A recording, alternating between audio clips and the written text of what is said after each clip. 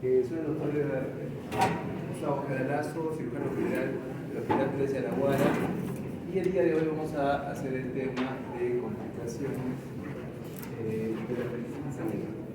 Ya han hecho el tema de la apendicitis aguda, entonces nos toca revisar este tema.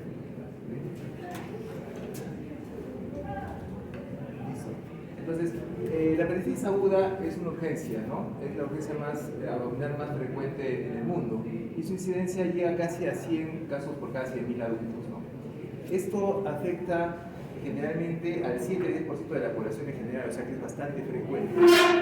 Es la patología más frecuente. En la práctica clínica ya han visto seguramente casos de este cuadro y es necesario que lo sepan bastante bien, porque cuando ya sean médicos, no necesariamente especialistas en cirugía, pues tienen que determinar si el paciente tiene un cuadro agudo quirúrgico y sobre todo si es apendicitis, para poder derivarlo o darle un tratamiento inmediato, porque si ustedes no llegan a un diagnóstico digamos exacto o casi exacto, pues el paciente puede terminar en este tipo de complicaciones, ¿ya? Entonces la edad, la incidencia más o menos es de los 15 a 30 años, como ustedes saben, pero también pues hay en niños y en adultos mayores, ¿no? Ahí la sintomatología puede variar bastante. Pero actualmente la imagen se ha convertido en un eje de diagnóstico fundamental, ¿no? Casi todos los hospitales ya cuentan con tomografía. Ecografía es bueno desde hospitales de primer nivel, pero la tomografía ya está en casi todos los hospitales de nivel 3 o 4, ¿no? Entonces la apendicectomía, bueno, primero abierta y desde la década de los 80, cuando ya comenzó la laparoscopía, es el tratamiento estándar de la apendicitis aguda.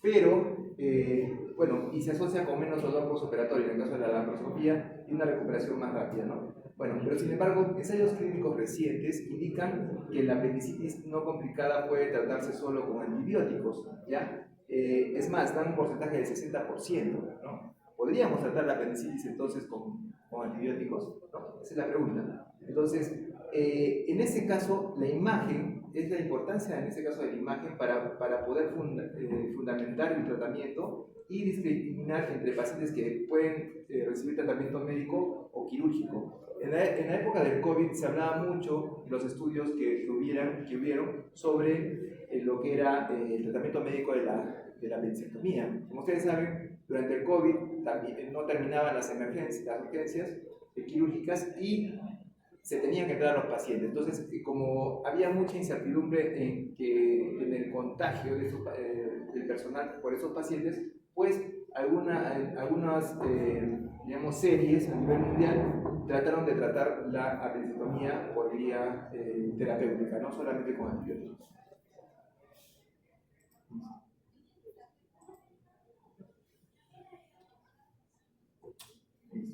Entonces, el diagnóstico de la apendicitis aguda se basa fundamentalmente en la historia clínica. Eso no va a cambiar: el examen físico, las pruebas de laboratorio y la imagen, ¿no? O sea, la clínica siempre va a predominar. Y hay una serie de escalas o de scores, ¿no?, diagnósticos, que nos ayudan a predecir qué tanta posibilidad puede haber de apendicitis, ¿no?, en ciertos casos, ¿no? Pero esta escala, según las nuevas revisiones, se ha visto que se llaman escalas de predicción clínica. Lo que va a permitir es estratificar el riesgo de apendicitis aguda, ¿no? Entonces, identificando aquellos pacientes que tienen riesgo intermedio y necesitan una prueba de imagen para llegar a un diagnóstico, ¿no? Entonces, para eso más nos sirve. Básicamente no es para diagnosticar, sino es para predecir qué probabilidad tiene de ser una apendicitis o no, ¿no es cierto? Entonces, estas escalas, que ya vamos a ver después, nos van a permitir tomar decisiones si solamente hacemos una ecografía o es necesaria una tomografía o en algunos casos especiales una resonancia magnética, ¿ya? Entonces, para eso nos servirían las escalas de predicción, ¿listo? Para definir si necesitamos o no hacerle un examen más exhaustivo al paciente, o sea, sobre todo tomográfico, que es el core estándar, ¿no? Listo, entonces, dentro de esas escalas que han mostrado más utilidad son la escala de la apendicitis en adultos, la escala de respuesta inflamatoria en adultos, que es el IAR, y la escala RIPASA, que según estudios son superiores en en cuanto a precisión diagnóstica a las más conocidas, que son la escala de Alvarado, ¿no? Modificada, ¿ya? Esas tres escalas generalmente tienen, bueno, se caracterizan por tener signos, luego exámenes laboratoriales, ¿no? Y en el caso del Ripasa, pues se agregan otros datos adicionales, ¿ya? Eso lo pueden ver también después. Listo, entonces, además, quizás ya lo han hecho antes, ¿no? Entonces, además de otras, como el score de apendicitis pediátrica, que también se utiliza en niños, ¿no? Ustedes saben de que los niños tienen mayor predisposición a radiación cuando hacemos una tomografía, entonces es necesario determinar si el niño, ¿no? Necesita o no la tomografía, ¿ok? Entonces, para eso podemos utilizar el PAS y podemos determinar si es necesario o no tomar una tomografía, ¿ya? ¿Por qué? Porque el diagnóstico, como ustedes saben, en niños es mucho más difícil, no dan buenos datos, a veces ya reciben tratamiento para infecciones urinarias, entonces es mucho más complejo el diagnóstico. Entonces, la utilidad de estas escalas es controvertida. En las guías de la UES, ¿no? De Jerusalén, de 2020, no hubo un consenso entre estos defensores de las escalas y los que defendían hacer pruebas de imagen siempre, ¿no? O sea, tenían dudas, no utilizaban las escalas y directamente hacían la tomografía, ¿ya? Listo, entonces eso, bueno, según la UES, ¿no? Entonces, de hecho, un estudio reciente plantea la pérdida de precisión diagnóstica de la tomografía computarizada tras el uso planteado de nuevos interrogantes sobre su utilidad, ¿no? Listo, entonces, con esto algunos científicos dicen de que hay una pérdida de precisión del diagnóstico cuando se utilizan estas escalas. Pero bueno, esos son opiniones.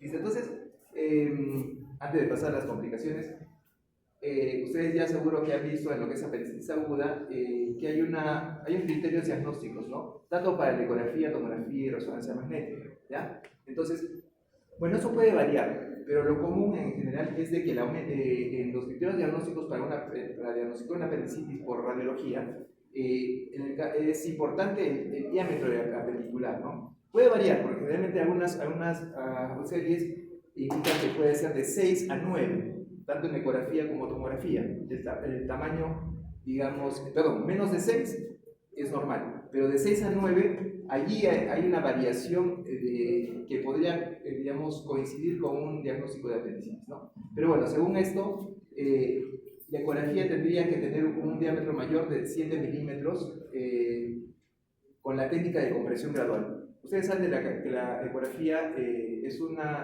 digamos, un examen guiado por el médico radiólogo y siempre hay un poco de compresión en el abdomen, ¿no? Entonces, esa compresión va a depender que a veces el diámetro del apéndice varíe, ¿cierto? Entonces, por eso toman que tiene que ser más de 7 centímetros porque el transductor va a comprimir un poco en algunos casos, si está cerca de la pared, el diámetro del apéndice y se va a aumentar de tamaño, ¿no es cierto? Ya, lo que no pasa con la tomografía. La tomografía no hay una guía ecográfica en esa zona, ¿no? Un transductor que comprima la pared. Es por eso que en este caso de tomografías toman como diámetro mayor de 10 al ser sin compresión. Pero bueno, algunos radiólogos indican de que una tomografía no solamente es el diámetro, sino que puede ser más de 6, pero tener signos inflamatorios a nivel de la fosa ilíaca derecha, a nivel del mesenterio, ¿no es cierto? De la fosa ilíaca derecha. O sea, es variable, eso ya depende más del que realiza el informe y ve todas las imágenes, ¿no? Pero este es, digamos, algo simbólico para que tengamos claro las cosas. Entonces, otro criterio diagnóstico es el engrosamiento de la pared, ¿no es cierto? Generalmente en la ecografía puede ser de 2 a 3, pero en la tomografía tiene que ser más de 3. ¿Ya? ¿Listo? Hablamos de la pared de la pared. Y la inflamación y vascularización de la pared, ¿no? Un aumento, por ejemplo, en la ecografía tenemos el Doppler, entonces puede aumentar, en la señal del Doppler puede haber una hiperemia, hiperemia en el caso de que no haya gangrena, ¿no? Y en la tomografía, un realce de la pared, en la tomografía sobre todo dual. En el caso de la resonancia, hay una hiperintensidad de señal en T2 restringida a la difusión. Bueno, son términos de la resonancia magnética, ¿no?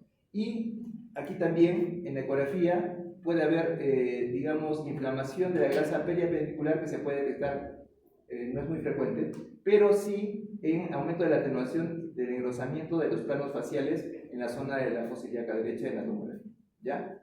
Listo. Entonces, hay otro tipo de criterios, por ejemplo, como son el contenido apendicular, donde si normalmente tendría que haber gas en la luz, perdón, no debería haber gas en la luz, sin otros signos de apendicitis aguda indica permeabilidad y apéndice normal, ¿ya? O sea, si encuentran gas en el apéndice, es baja probabilidad que tenga apendicitis, ¿ya?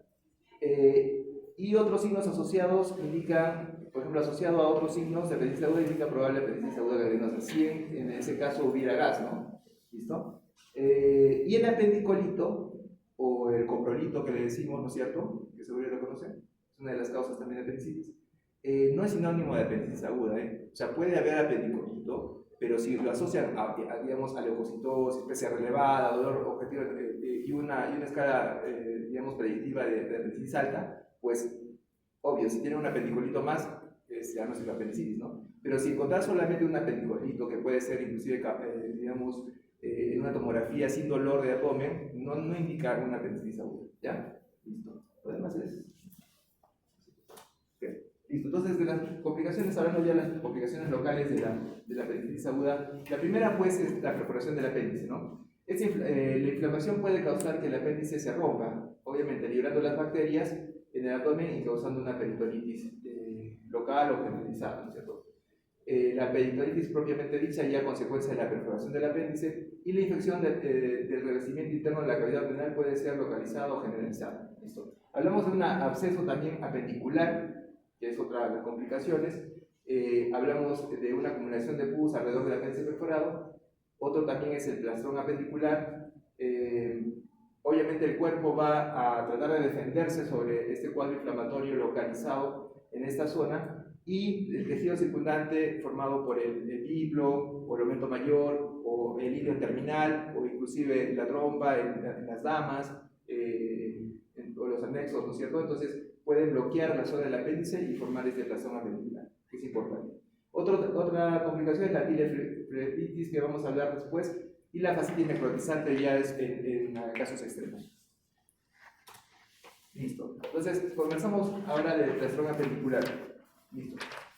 El manejo del plastrón apendicular actualmente incluye un tratamiento no quirúrgico inicial, ¿ya? Entonces, si el paciente tiene generalmente después de 4 a 7 días de dolor abdominal en fosa ilíaca derecha y no se ha diagnosticado de apendicitis, pues probablemente ya vamos a encontrar este cuadro, ¿no? Entonces, el tratamiento inicial es antibióticos, ¿ya? Luego puede ser inclusive un drenaje percutáneo y si hay absceso, ¿no? Y posteriormente puede realizarse la apendicectomía electiva, quiere decir ya programada después de unas 6 a 8 semanas. ¿Listo? Entonces, ese es el manejo usual, ¿listo? Para evitar recurrencias o descartar otras patologías o tumores, ¿no? Ya. En algunos casos, ya inclusive pacientes que han cursado con un plastrón apendicular, digamos, leve a moderado, puede inclusive no programarse una apendicectomía electiva, ¿ya? Puede el paciente, digamos, pasar al grupo de pacientes que nunca han tenido apendicitis, ¿no? Entonces, generalmente no se operan a todos, ¿listo? Entonces, podrían quedar así los pacientes, se recuperan rápido, probablemente en ese caso tuvieron una apendicitis no complicada, ¿verdad? Obviamente, porque si tienen una perforación van a tener que hacer una apendicectomía programada, ¿no? Entonces, depende del caso. Si el paciente cursa con una, digamos, apendicitis aguda supurada y se aplastrona, pues probablemente toda esa adhesión de esa masa que hay en la fosa ilíaca derecha se puede restituir nuevamente y pasar al grupo de pacientes que nunca han tenido apendicitis, ¿no? Quizás nunca se operen, ¿ya? Pero generalmente las apendicitis agudas complicadas, estamos hablando de las gangrenadas por lo menos, y obviamente las perforadas, pues van a tener un plastrón mucho más agresivo, ¿no es cierto? Que nos va a llevar inclusive a tratarlo quirúrgicamente probablemente en la primera semana, ¿ya? No necesariamente esperar 6 a 8 semanas, depende del caso, ¿ya? Listo, entonces, y sobre todo para descartar patología o tumores de apéndice, ¿no? ¿Listo? Entonces, para eso es.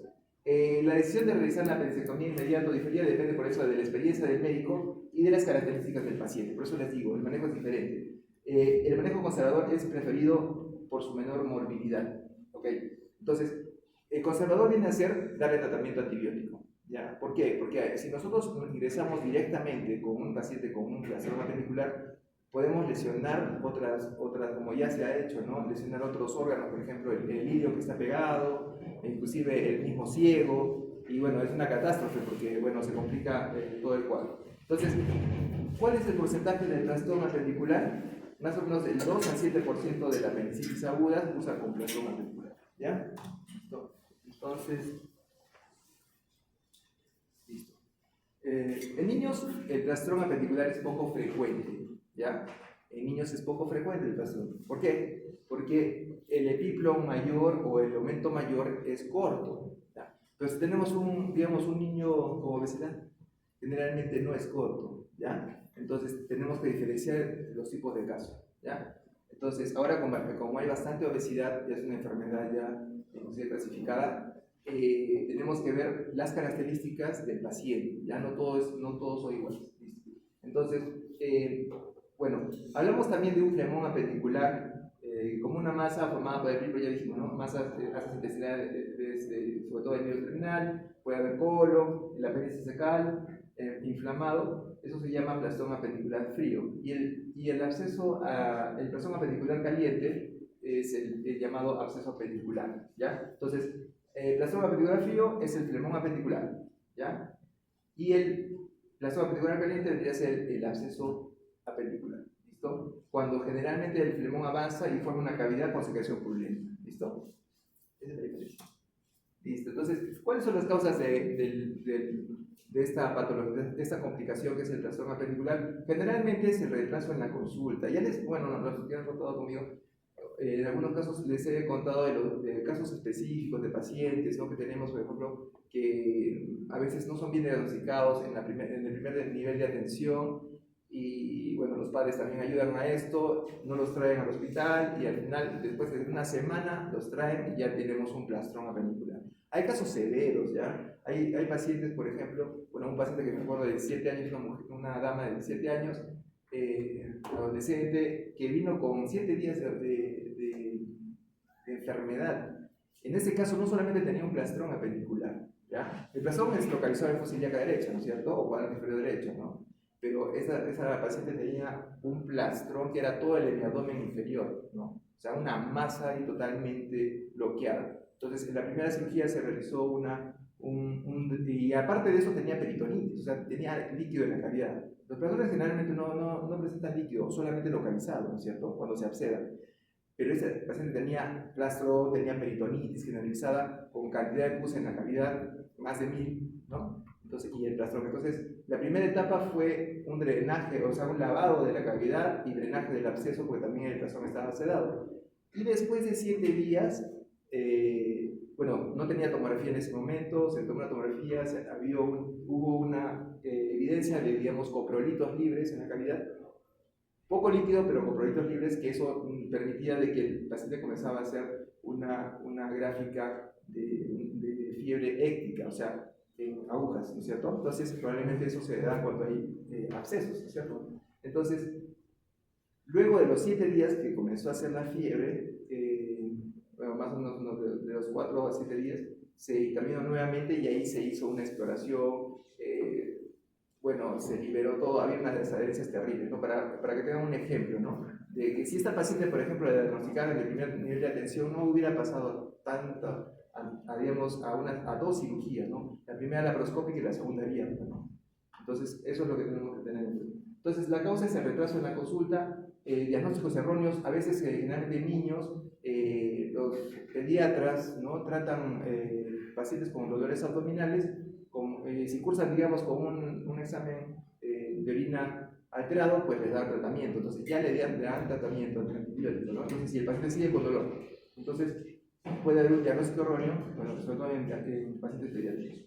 Y el retraso en el tratamiento quirúrgico también es importante, ¿no? Si el paciente se opera pasado las 24 o 48 horas, probablemente ya es una apendicitis complicada.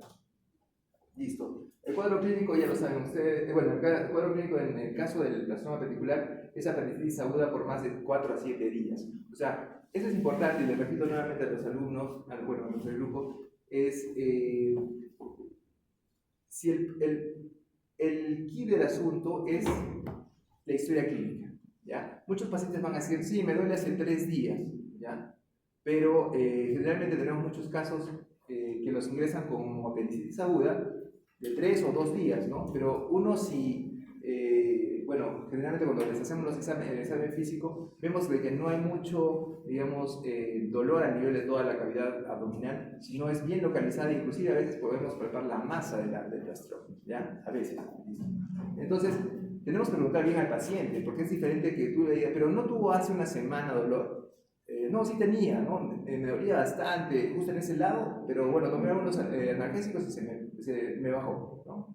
Entonces, es diferente a que de 3 días a 7 a 10 días, ¿no es cierto? El tratamiento difiere, porque si ustedes entran a sala de operaciones y le hacen una laparoscopia, van a encontrar una tumoración, hay una masa que no la van a poder resolver, ¿listo? Entonces, es decir, por eso la morbilidad disminuye con el tratamiento antibiótico, primero, en el caso del blastoma reticular. Entonces, hay una masa palpable en la fosa ilíaca derecha de límites mal definidos y no hay una evidencia de peritonitis generalizada y del resto del abdomen. Usted va a palpar una masa, pero en el resto del abdomen es blando, no es doloroso, ¿ya? ¿Listo? Después se refiere a que no hay peritonitis generalizada. Pero en esa paciente de 17 años sí hubo peritonitis generalizada, pero era un caso grave, ¿no? ¿Listo? Listo. Ya está. Casos complicados pueden presentar blastoma reticular abscedado con peritonitis generalizada. Ese es el caso que yo le estoy hablando. ¿Ya? El paciente de 17 años. Listo, entonces el tratamiento... ya, en ese caso es importante, ¿por qué? Porque al inicio la mamá tuvo dolor abdominal, no tuvo diarreas y la llevó a una posta. Lo vio el médico y le dijo, ya, no, esta es una infección intestinal y le dio antibióticos, o sea, directamente. O sea, no le tomó un examen de heces, no le hidrató, no le hizo nada de eso y le dio antibiótico. Luego, como seguía con dolor, nuevamente va a un centro médico donde ya hay una ecografía. Le hacen una ecografía, estamos hablando de las 24 horas, y era negativa, ¿no? Entonces, ¿qué? ¿Una ecografía negativa te da diagnóstico de que no es un apéndice? No, no es cierto. Entonces es importante eso. Los pacientes piensan de que la radiografía, la ecografía, la tomografía son mucho, digamos, o sea, confían mucho en los exámenes auxiliares. Entonces, una ecografía negativa no siempre no es un cuadro de apendicitis, ¿ya? ¿Okay? Menos si es 24 horas. ¿Okay? Entonces, el tratamiento conservador no quirúrgico inicial es el antibioticoterapia que les dije. Luego se administra tratamiento antibiótico endovenoso durante varios días, seguido por tratamiento ambulatorio. O sea, el paciente, ¿qué pasa? Viene con dolor, no puede comer, o sea, no tiene apetito, ¿ya? Generalmente no tiene vómitos, pero no tiene mucho apetito. ¿Listo? Entonces, le iniciamos tratamiento antibiótico endovenoso por unos días, luego comienza a comer y cuando ya empieza a comer y digamos, calma el dolor, iniciamos ya vía oral y le damos de alta al paciente. ¿Okay?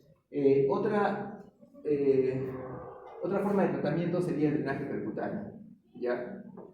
El drenaje percutáneo solamente se utiliza cuando hay un absceso dentro del blastoma reticular y puede realizarse por vía ecográfica o tomográfica por el radiólogo, ¿no es cierto? Listo. Y la observación, ¿no? Se monitoriza la evolución clínica del paciente para observar la respuesta al tratamiento. Listo. La apendicectomía diferida, que les comenté también, el objetivo es programar una apendicectomía electiva de intervalo, se llama, después de que la inflamación aguda ha disminuido. Típicamente, como ya les dije, desde 6 a 8 semanas después del inicio de los síntomas. Inicio de los síntomas, ¿eh? Ya. Entonces, las ventajas es que esta cirugía posterior es técnicamente más sencilla, ¿ya? Si se puede decir sencilla, ¿no? Porque las cirugías no son sencillas.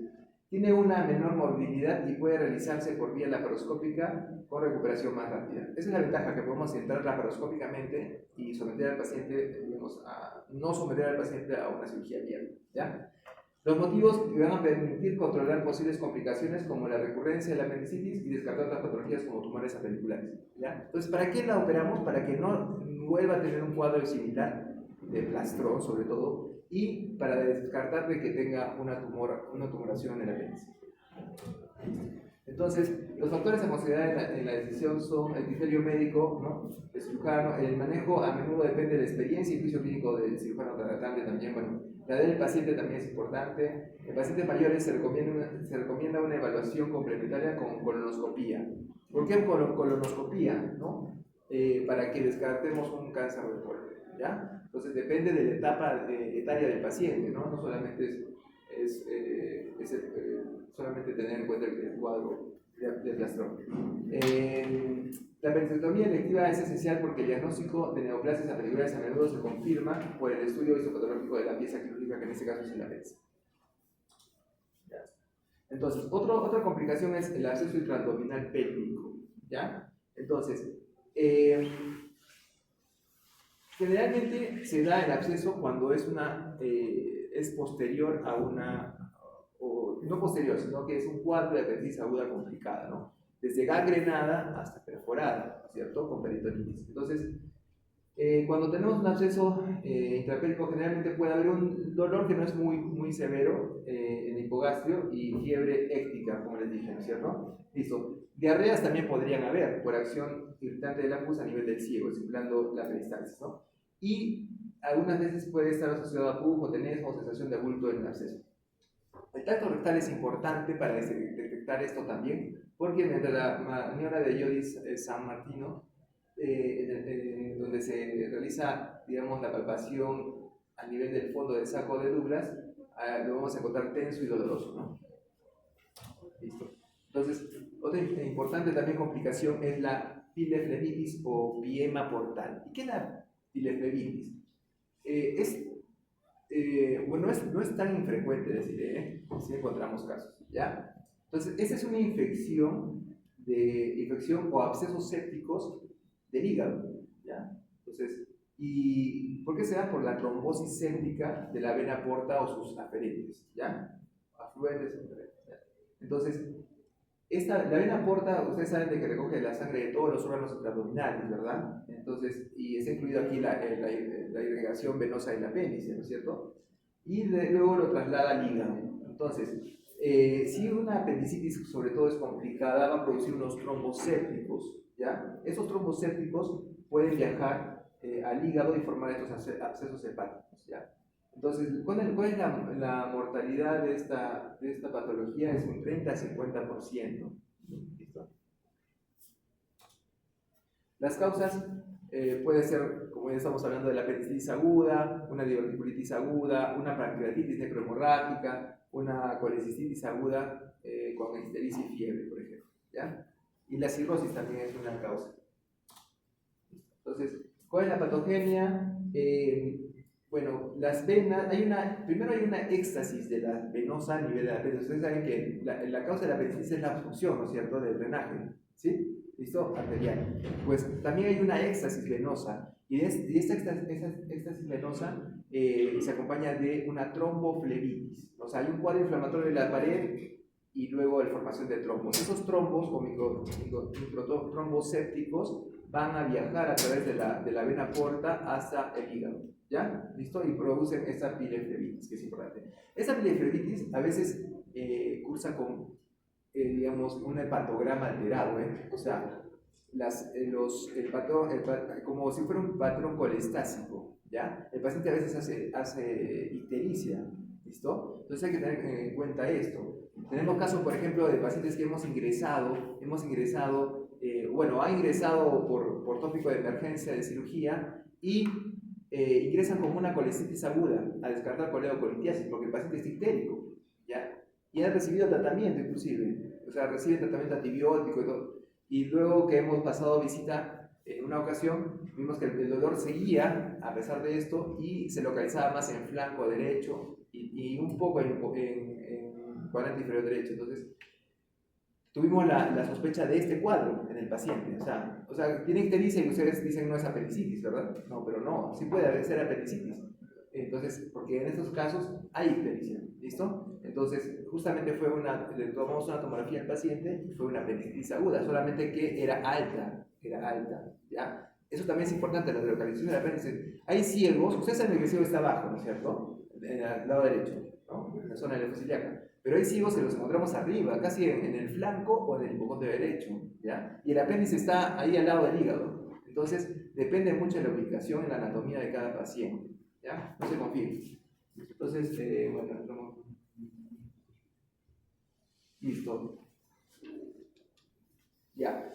Ojo que esta piloflebitis puede involucrar a venas mesentéricas, lo que puede llevar a un infarto intestinal y muerte por trombomesentéritis, ¿ya? Bueno, los infartos intestinales también no son muy frecuentes, ¿ya?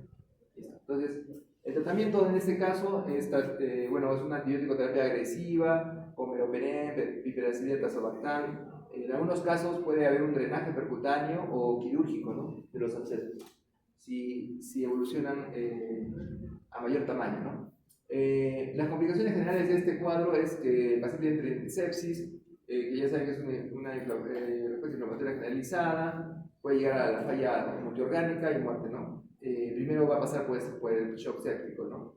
Y bueno, listo. Ahora, ya hemos visto las complicaciones de la apendicitis aguda, ¿no es cierto? Pero hay complicaciones también posoperatorias de la apendicitis aguda, ¿listo? Posoperatorias, ¿listo? Entonces, dentro de estas, una de las más frecuentes, como en cualquier otra cirugía, es la infección de herida operatoria, ¿no es cierto? Entonces, esta puede ser superficial o profunda. Otra es la fístula cecal, ¿no? Entonces, generalmente ustedes saben de que la fístula es una comunicación anormal, en este caso sería entre el ciego y a veces puede ser inclusive otro intestino o la piel, ¿no?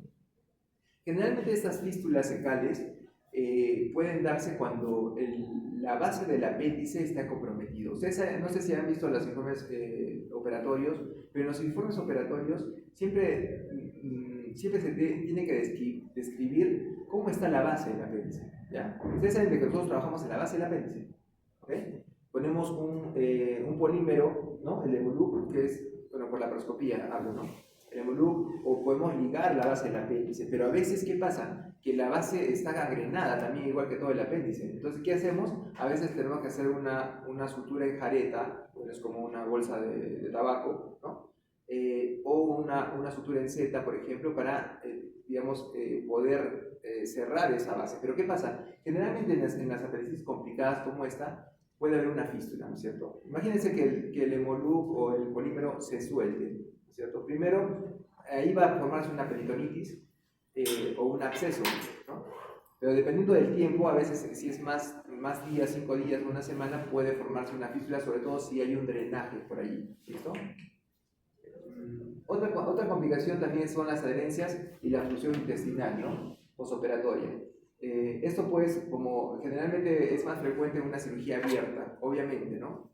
Entonces, los abscesos intraabdominales, hemos hablado de los abscesos por apendicitis aguda, intraabdominales, estos son posoperatorios. Entonces, el paciente sale de alta, o está en hospitalización, pero generalmente sale de alta y viene con un cuadro de fiebre, leucocitosis y leve dolor, ¿no? Entonces, esos pacientes pueden tener después abscesos o colecciones intraabdominales, ¿ya? ¿Listo? Después de decir. Listo. Bueno, vamos a explicar más o menos en los días postoperatorios, ¿no? En el primer día, generalmente como en cualquier cirugía, digamos, intervención quirúrgica, puede ser la hemorragia, ¿no es cierto? La hemorragia, entonces se da en cualquier tipo de intervención. La evisceración, no sé si conocen el término, es más común la cirugía abierta, obviamente, ¿no? En la laparoscópica, la evisceración nunca vemos las evisceraciones, pero si es una cirugía abierta, pues es una laparotomía grande, entonces va a haber más riesgo, ¿no? La evisceración generalmente más frecuente, lo he puesto porque se puede dar en el primer día, pero más frecuentemente es del quinto al 10º día, ¿listo? Y puede presentar evisceración hasta el mes, ¿ya? De posoperado, ¿listo? Entonces, ojo con esto, es más frecuente de 5 a 10 días, pero también se puede presentar el primer día, ¿ya? Esto depende de varias cosas, ¿no? La edad del paciente, si tiene obesidad, si hay aumento de la presión intraabdominal, si el paciente está desnutrido, si es muy longevo, ¿no es cierto? Todo eso influye en la evisceración, ¿ya? ¿Listo? También es importante la técnica quirúrgica operatoria en estos casos, qué sutura se utiliza, qué técnica quirúrgica para el cierre. Si el paciente, por ejemplo, tiene sepsis o es una peritonitis generalizada y tiene que ir a unidad de cuidados intensivos, tiene fibrosis pulmonar y necesita ventilador mecánico, todo eso puede aumentar el riesgo. ¿Por qué? Porque hay un aumento de la presión intraventricular. ¿Ya? Listo. Entonces, otra es la telestasia pulmonar, que bueno, es como en todas las cirugías.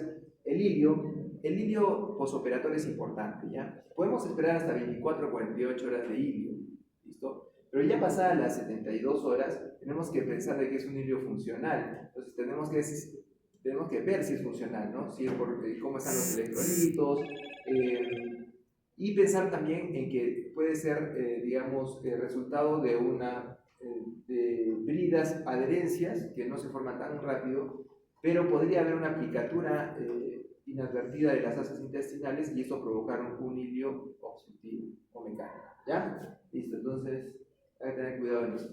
¿Ha pasado? Sí, ha pasado. ¿Ya? Hace poco también a un niño lo operaron, no fue en el hospital, pero particularmente, y lo operaron, creo que sí fue una peritonitis generalizada, lo operaron por la laparoscopía y vino con un cuadro de prácticamente casi 10 días de distensión abdominal, náuseas y vómitos, falta de eliminación de heces, y finalmente le hicieron una laparotomía y lo que encontraron fueron abundantes adherencias en la zona del apéndice, o sea, el ilion estaba todo, digamos, picado allí y cursó con una obstrucción. Entonces, ese ilio posoperatorio, pues obviamente de 10 días no iba a ser funcional, ¿verdad?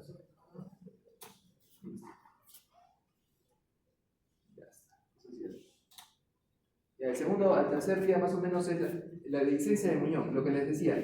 Generalmente se produce cuando son apendicitis complicadas, ¿verdad? Gangrenadas en su totalidad y el muñón, la parte del muñón o la base está comprometida. Entonces, puede fallar la ligadura de la base, puede fallar también el polímero que ponemos y presentar una peritonitis, ¿no? La telestasia también al segundo día, neumonía y la infección urinaria, sobre todo en pacientes que utilizamos sonda vesical, ¿ya? Y la fístula intestinal, ¿no? Y hemos visto que la fístula es una conexión anormal entre el ciego y otra parte del cuerpo, ¿no? Puede ser el intestino, puede ser la piel en este caso, puede ser la vejiga, bueno, una serie de estructuras adicionales. Es una complicación rara de la apendicitis, pero generalmente se da por una afección inflamatoria severa, ¿no es cierto? Cuando el apéndice, sobre todo, es perforado y queda un puente directo entre dos estructuras. Esta fístula puede ser causada por necrosis del tejido afectado o por la inflamación existente de la pared secal. ¿Listo? Generalmente, si tenemos un drenaje, por allí va a pasar la fístula, ¿ya? Entonces, es importante que si nosotros tenemos, digamos, la sospecha de que la base no es buena, dejemos un drenaje, generalmente laminar en la zona, ¿ya? Para que por allí pueda drenar la fístula, ¿no? Entonces, el diagnóstico de la fístula se da por la tomografía computarizada con contraste y con una fistulografía. Bueno, eso ya parte de la fístula. Ustedes saben que se forma primero una inflamación en necrosis, luego una formación del trayecto y hay una conexión anormal entre dos estructuras, ¿no? Ya. ¿Qué tipo de fístulas? En el caso de apendicitis puede haber una fístula apendicocutánea, ¿ya? Una fístula apéndico-intestinal o enterocutánea, ¿listo? Y una apéndico-vesical. ¿Listo? El gasto acá en el error es, el gasto alto es mayor de 500, gasto medio de 200 a 500 y gasto bajo de menor de 200, ¿ya? Listo. Diagnóstico, ya les dije, la tomografía con contraste y una fistulografía. Es con sustancia de contraste también, pero es con rayos X, no es con tomografía. ¿Listo? El tratamiento puede variar de la fístula. Generalmente puede ser conservador primero. Por ejemplo, generalmente si es una fístula secal, ¿no? Hablo del ciego, ¿no es cierto? Donde está el apéndice, puede cerrar más o menos a un mes, ¿ya? Y el tratamiento puede ser al inicio nutrición parenteral periférica, ¿no? Al inicio. Después una dieta de absorción alta, ¿ya? Y finalmente cierran, ¿ya? Esa es la ventaja de este tipo de físulas. Pero hay físulas que no cierran. Y en el caso de esas físulas que no cierran, lo que se tiene que hacer es el tratamiento quirúrgico. ¿Qué tratamiento quirúrgico haríamos en una fístula secal? ¿No? Generalmente, bueno, cierras, entras, ingresas, cierras, sacas el trayecto y cierras la fístula, ¿verdad? Generalmente no es así. Lo que se hace es, claro, retiras el trayecto, pero a veces lo que se tiene que hacer es una resección intestinal. En el caso de que sea el ciego, hacemos una resección intestinal con hemicolectomía derecha, ¿ya? Y anastomosis ilio-transversa, ¿ya? Hasta eso podemos llegar, ¿ok? Listo. Al quinto día, la infección de tejido operatoria, que ya es frecuente en cualquier tipo de cirugía. Ya saben, bueno, ustedes saben de que la apendicitis aguda es una cirugía contaminada, ¿verdad? ¿Sí? Contaminada. Entonces, va a depender en qué grado esté la apendicitis aguda para que esta frecuencia de infección operatoria sea de la herida operatoria, perdón, sea más frecuente, ¿no es cierto? Depende del tipo de apendicitis. No es igual una apendicitis congestiva a una perforada, ¿no? Obviamente la incidencia va a aumentar. También depende de las técnicas de asepsia y antisepsia y los factores de riesgo del propio paciente, como la inmunosupresión, comorbilidades asociadas, ¿no? Diabetes, bueno, otras comorbilidades. Y representa el 5%, miren, eso es importante, representa el 5% de la apendicitis no complicada, la infección del día operatorio, ¿no? Estamos hablando de congestiva catarral y fibrosis. Y el 30-40%, o sea, ¿cuánto sube? ¿No? Sube más o menos 6 meses, ¿no? Hasta 10 meses, bueno, prácticamente, sí, hasta 8, ¿no? Entonces, aumenta también la incidencia de la infección del día operatorio del 30-40% en apendicitis complicada. ¿Cuáles son? La enfermedad hipercular, ¿no? Presentaron la fiebre en 3 años. Al séptimo día, el absceso intraabdominal, ¿no es cierto? Generalmente por apendicitis también complicadas, como les dije, ¿no? Con peritonitis, con gangrena, y requieren en algunos casos manejo médico. Puede resolver, si es leve, si es escaso el absceso, puede resolver con antibiótico-terapia, y si no, igual, con drenaje transcutáneo, vía radiológica, y también se puede reintervenir nuevamente al paciente, y es por eso que les decimos a los pacientes, les explicamos de que el apéndice es una cirugía contaminada y hay la posibilidad, o sea, tenemos la posibilidad de reintervenir al paciente, es importante decirle, ¿ya? O vía laparoscópica o abierta también para lavado de imagen. Listo, al 10.º día ya más frecuentes las bridas, ¿no es cierto? La herencia sí puede presentarse allí, en este caso del niño justamente pues son los 10 días, ¿no? Es decir, entonces tuvo que ingresar nuevamente a hacer una laparotomía. En ese caso generalmente son más frecuentes en las abiertas, pero en este caso le hicieron laparoscópica, ¿eh? Entonces eso puede variar, ¿ya? Listo, ok. Ahora, generalmente las bridas eran por el sílice del talco del guante, ¿ya? Actualmente se usa almidón de maíz, ¿ya? Entonces esto ha disminuido la incidencia de herencias, ¿ya? Pero depende mucho del paciente, ¿ya? Hay pacientes que, por ejemplo, se han hecho cirugías abiertas y cuando ustedes ingresan por la laparoscopía no hay adherencias. Y hay pacientes que se han hecho una colestectomía y tienen cantidad de adherencias. Eso tiene un factor propio del paciente. El muñón apendicular residual, lo he incluido esta complicación, el muñón, porque el muñón apendicular residual es una patología que hemos visto varias en el transcurso de este año, de este año y del año pasado, bastante frecuente ya. ¿Y qué es el muñón apendicular residual? O sea, puede presentarse posteriormente, o sea, tardíamente, inclusive después de muchos años, de 2, 3 años. Entonces, ¿qué pasa? Que el paciente tiene un muñón, se deja un muñón residual y viene con un cuadro de apendicitis. Entonces, el paciente, le preguntamos nosotros, antecedente de apendicectomía, entonces excluimos de nuestro pensamiento diagnóstico este cuadro, ¿no? Entonces, pero no hay que ser tan confiados, ¿no? Entonces, esto sí se da, no es muy frecuente, pero sí se da, ¿listo? ¿Es la inflamación o la infección del muñón residual? Es la inflamación del muñón residual, o sea, lo que pasa es de que cuando ingresamos a hacer operaciones, a veces el apéndice puede ser subseroso. Quiere decir de que parte proximal del apéndice está en la serosa del ciego y no lo disecas. ¿Eso es retrocecal? ¿La retrocecal? No solamente de la retrocecal, pero es más frecuente la retrocecal. Entonces, ¿qué pasa? Tú ves solamente el apéndice, pero lo ves hasta acá y todo lo de abajo no lo ves. y puede quedar 2, 3 centímetros. Entonces tienes que disecar bien la serosa para poder identificar la base. Entonces, si tú más o menos le dejas unos 2 o 3 centímetros, ese muñoncito puede nuevamente, por coprolitos generalmente, o sea, puede hacer una nueva apendicitis. Ya hemos encontrado, ¿ya? A eso me refiero. Y la apendicitis en gestantes, bueno, la apendicitis ya de por sí es compleja en las embarazadas, pero lo importante de eso es de que por su misma anatomía puede provocar, digamos, perforaciones de apéndice, sepsis, parto prematuro y pérdida del feto, ¿ya? Es por eso es importante el diagnóstico temprano en estos casos, ¿no? Generalmente, según la UES, lo que se hace es tratar de diagnosticar lo antes posible. Bueno, ecografía, de hecho, va al inicio. Tomografía saben que no podemos tomarles, ¿no? Pero sí está indicada la resonancia. Entonces, en cualquiera de los trimestres del embarazo podemos tomar una resonancia para evitar las complicaciones en la gestante, ¿no? La mortalidad, bueno, esa es de las complicaciones, de la apendicitis aguda no complicada es de 0,6 y de la apendicitis aguda complicada de 5 a 10, ¿no? Bueno, relativamente son bajas, ¿no?